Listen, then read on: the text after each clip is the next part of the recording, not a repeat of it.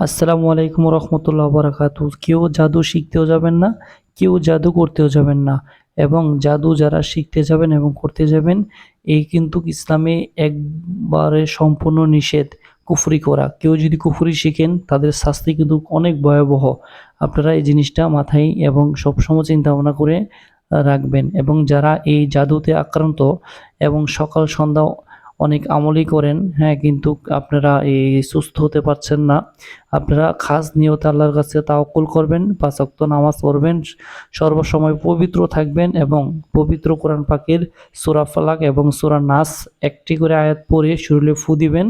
এভাবে প্রতিদিন এই ৩ বার করে এ সূরা নাস এবং সূরা ফালাক আয়াতগুলো পড়ে শরীরে ফু দিবেন। আল্লাহ তাআলার কাছে দয়া চাবেন এবং আল্লাহ তাআলার কাছে তাওয়াক্কুল করবেন এবং আল্লাহ তাআলা আপনাদেরকে দয়া করবে ইনশাআল্লাহ।